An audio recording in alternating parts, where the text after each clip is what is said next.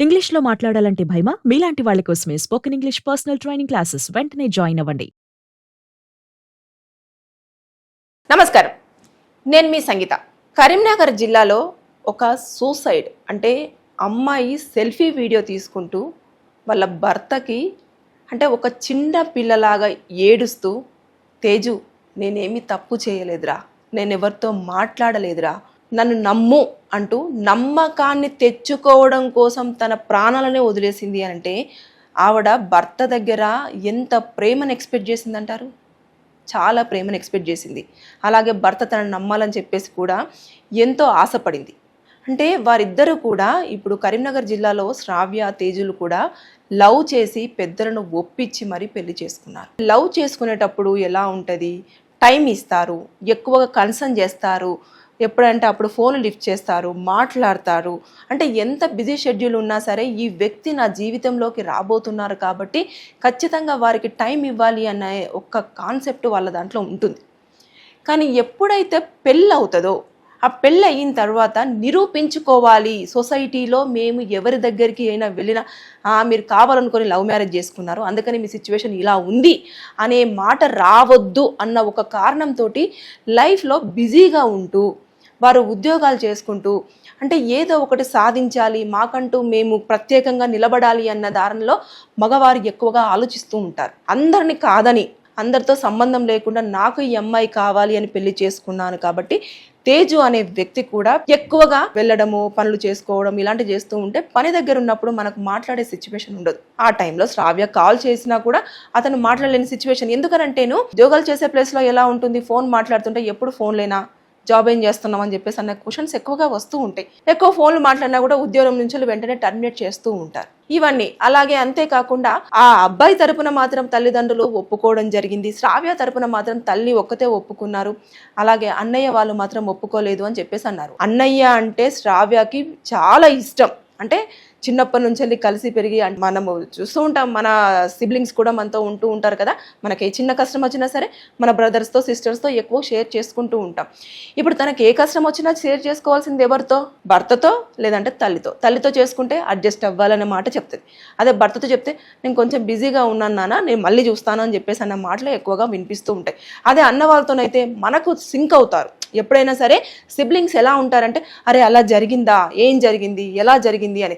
So అక్కడ వాళ్ళ అన్నయ్యని చాలా మిస్ అయ్యి ఆవిడ మెంటల్గా అంటే కుటుంబానికి దూరంగా వచ్చి ఇక్కడికి వచ్చిన తర్వాత ఇతనితో లైఫ్ లీడ్ చేస్తూ హ్యాపీగా ఒక బాబును కూడా జన్మనిచ్చింది. కానీ అక్కడ ఏమైపోయింది అంటే హ్యాపీగా ఉండలేకపోతుంది. అంటే ఇష్టమైన వ్యక్తిని పెళ్లి చేసుకున్నా కూడా ఆ వ్యక్తి కూడా కొన్ని రోజులు తన పక్కనే ఉన్న ఊర్లో పనిచేసిన తర్వాత నెక్స్ట్ కుటుంబం అనేది బాగా సెటిల్ అవ్వాలి, రేపటి ఫ్యూచర్లో మనకంటూ ఒక స్థాయిని నిలబెట్టుకోవాలి, అందరి ముందు మనం గర్వంగా బ్రతకాలి అన్న ఒక నేపథ్యంలో ఆయన ఏం చేశారంటే మన ఇండియాని వదిలేసి దుబాయ్కి వెళ్ళిపోవడం జరిగింది. దుబాయ్ దగ్గరికి వెళ్తే కొంచెం ఎక్కువగా సంపాదించవచ్చు, కుటుంబం కూడా చాలా సెటిల్గా చేయొచ్చు అని చెప్పేసి అన్న ఆలోచనతో ఆయన అక్కడికి వెళ్ళారు. కానీ అక్కడికి వెళ్ళిన తర్వాత అక్కడ పరిస్థితులు చాలా డిఫరెంట్గా ఉంటాయి. ఎలా ఉంటాయి అంటే మనం కాల్ చేసినప్పుడు వాళ్ళు మనతో మాట్లాడకపోవచ్చు, వాళ్ళు కాల్ చేసినప్పుడు మనం ఏదో ఒక పనిలో ఎంగేజ్ అవుతుంటాం. ఎప్పుడైనా సరే లాంగ్ డిస్టెన్స్ రిలేషన్షిప్స్ అన్నీ కూడా డిసప్పాయింట్మెంట్లో ఎక్కువగా ఉంటాయి. అలాగే ఎక్కువగా మిస్సింగ్ అనేది ఎక్కువగా ఉంటుంది. అంటే హస్బెండ్ను వైఫ్ మిస్ అవ్వడం కానివ్వండి, వైఫ్ హస్బెండ్ను మిస్ అవ్వడం కానివ్వండి ఎక్కువగా ఉంటుంది. ఎందుకు అనంటే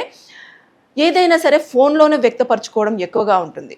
దానివల్ల వారి ఫేస్ ఫీలింగ్స్ మనకు తెలియదు. అలాగే ఎమోషన్స్ షేర్ చేసుకోవడం అంటే పక్కనున్న వ్యక్తికి దూరంగా ఉన్న వ్యక్తికి చాలా డిఫరెన్స్ ఉంటుంది. దాని నేపథ్యంలో ఎలా అవుతుంది అంటే నన్ను నిజంగానే అర్థం చేసుకుంటున్నారా లేదా అనేది ఉంటుంది. ఇక్కడ ఉన్న వ్యక్తికి ఏమనిపిస్తుంది అంటే నా మీద ప్రేమ తగ్గిపోయిందా, ఇదివరకు నన్ను ఇలా పట్టించుకునేవాడు, ఈ టైంకి కాల్ చేస్తానంటే చేసేవాడు, ఈ టైంకి కాల్ చేయలేదంటే ఆ సిచ్యువేషన్లో నిజంగానే ఆ వ్యక్తికి అక్కడ ఏదైనా పని ఉండవచ్చు కూడా. శ్రావ్య వాళ్ళ తాతయ్య గారు హాస్పిటల్లో అడ్మిట్ అవ్వడం జరిగింది. దానికోసం ఆవిడ ఫోన్ ఉండడం వల్ల ఎప్పుడైతే తనకు వీలైన టైంలో తేజుకి అంటే హస్బెండ్కి వీలైన టైంలో ఈవిడకి ఫోన్ చేసిన 2 times కూడా కాల్ వెయిటింగ్ రావడం జరిగింది. ఆ రావడంతో నువ్వు ఎవరితో మాట్లాడుతున్నావు, ఎప్పుడు చూసినా కాల్ వెయిటింగ్ వస్తుంది అన్న ఒక్క మాట ఆవిడని ఎంత డిస్టర్బ్ చేసిందనంటే హస్బెండ్ మీద పిచ్చి ఎంతో ఇష్టం ఉన్నది, ఆ మాటల్లోనే తెలిసిపోతుంది. హస్బెండ్ కోసం ఆవిడ పిచ్చిదైపోయింది. ఓపెన్గా చెప్పాలంటే చూసారు కదా, నేను చాలా పిచ్చిదాన్ని అయిపోతున్నాను, ఇదిగా ఉన్నాను అంటే ఎంతో నమ్మి అతనితో కలిసి జీవితం పంచుకోవాలని అందరినీ వదిలేసి వచ్చిన అమ్మాయి ఉంది, అతనితో పెళ్లి చేసుకొని ఉంది, కానీ అతనితో కలిసి జీవించట్లేదు. అతను ఎక్కడో ఉన్నాడు, ఆవిడ ఇక్కడ ఉండడం నేపథ్యంలో ఆవిడ అతన్ని చాలా మిస్ అవుతూ వచ్చింది శ్రావ్య. దాని నేపథ్యంలోనే అతను ఏం మాట్లాడినా కూడా దాన్ని తీసుకోలేకపోయింది. ఎక్కడ నాకు దూరం అవుతాడో, ఎక్కడ అనుమానం వస్తుందో, అంటే సొసైటీలో జరుగుతున్న సిచ్యువేషన్స్ అన్ని బేస్ చేసుకొని ఆవిడ ఇంకా డిప్రెషన్కి గురవడం జరిగింది. అంతేకాకుండా ఇప్పుడు వాళ్ళ భర్త కూడా చెప్తున్నాడు ఆవిడ మానసిక పరిస్థితి బాగాలేదు, చిన్నదానికే ఎక్కువగా ఆలోచిస్తుంది. అంటే కొంతమంది ఎలా ఉంటారు అంటే ప్రేమించేటప్పుడు ఉన్న బిహేవియరే ఇప్పటికి కావాలి అనే కోరుకునే మనస్తత్వం మ్యాక్సిమం అమ్మాయిలలో ఉంటుంది. లవ్ చేసేటప్పుడు అబ్బాయి ఇచ్చే కన్సర్న్ కానివ్వు, అలర్ట్ కానివ్వు, అదంతా కూడా మ్యారేజ్ అయిపోయిన తర్వాత ఖచ్చితంగా ఉండాలి అని కోరుకునే అమ్మాయిలే బేసిక్గా 70% అమ్మాయిలు ఉంటారు.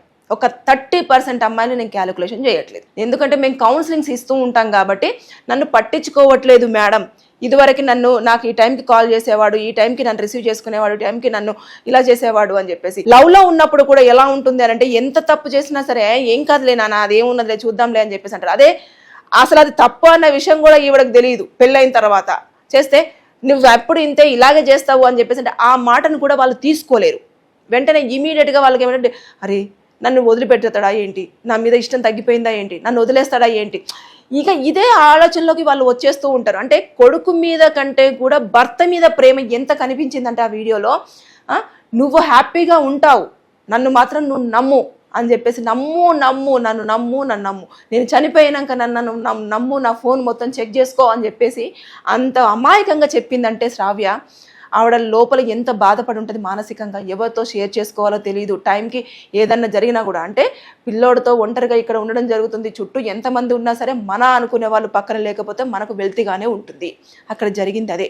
ఆ వెల్త్ని ఆవిడ ఎవరితో కూడా ఫీల్ చేసుకోలేకపోయింది, ఎవరితో షేర్ చేసుకోవాలో తెలియలేకపోయింది. ఎవరితో షేర్ చేసుకుందామన్నా కూడా భర్త అక్కడ ఉన్న ప్రెజర్స్ వల్ల ఎక్కువగా ఎలా ఉంటుందంటే, కొంతమంది ఇప్పుడు వైఫ్ అండ్ హస్బెండ్ మధ్యలో ఒకరేమో చాలా సీరియస్గా రిలేషన్షిప్లో ఉంటే ఒకరేమో చాలా లైటెడ్గా ఉంటారు, అంటే ఇలా లైట్ తీసుకుంటూ ఉంటారు. కొంతమంది ఏమో దాన్ని చాలా ఎక్కువగా క్షుణ్ణంగా ఆలోచిస్తూ ఉంటారు, బాగా డీప్గా పట్టించుకుంటూ ఉంటారు.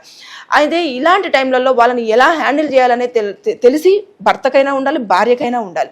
కానీ ఇక్కడ ఏం జరిగిందంటే భర్త విసుక్కోవడము, లేదంటే కోప్పడము, లేదంటే నమ్మకపోవడం అనేది, ఇది మాత్రము ఇక్కడ ఎక్కువగా నమ్మకం కోల్పోతానేమో, నేను ఇంత నమ్మాను అతను నన్ను ఎందుకు నమ్మలేకపోతున్నాడు, నన్ను ఎందుకు అనుమానిస్తున్నాడు, అనుమానించకూడదు అని చెప్పేసి, అంటే ఎన్నిసార్లు ఆ మాటలు రిపీట్ అవుతాయి ఆమె ఆ సిచ్యువేషన్కి వచ్చి ఉంటుంది అంటారు. చాలాసార్లు రిపీట్ అయి ఉంటాయి. నేను ఒక్కసారి ఏదో చిన్న మాట అన్నాను అని తేజు అంటున్నాడు.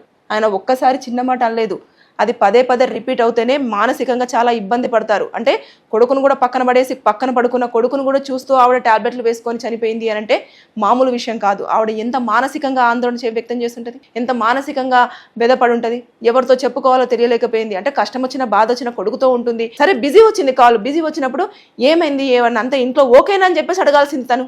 ఎందుకంటే తన మనస్తత్వం నాకు తెలుసు, తను చిన్నదానికి ఎక్కువగా ఆలోచిస్తుంది, తను ఇంతే, తను చాలా డిప్రెషన్లో ఉంది, నేను వాళ్ళ అమ్మ దగ్గరికి వెళ్ళమన్నాను, హాస్పిటల్లో చూపించుకోమన్నాను, ఇవన్నీ నువ్వు చెప్తూ ఉన్నావు కదా.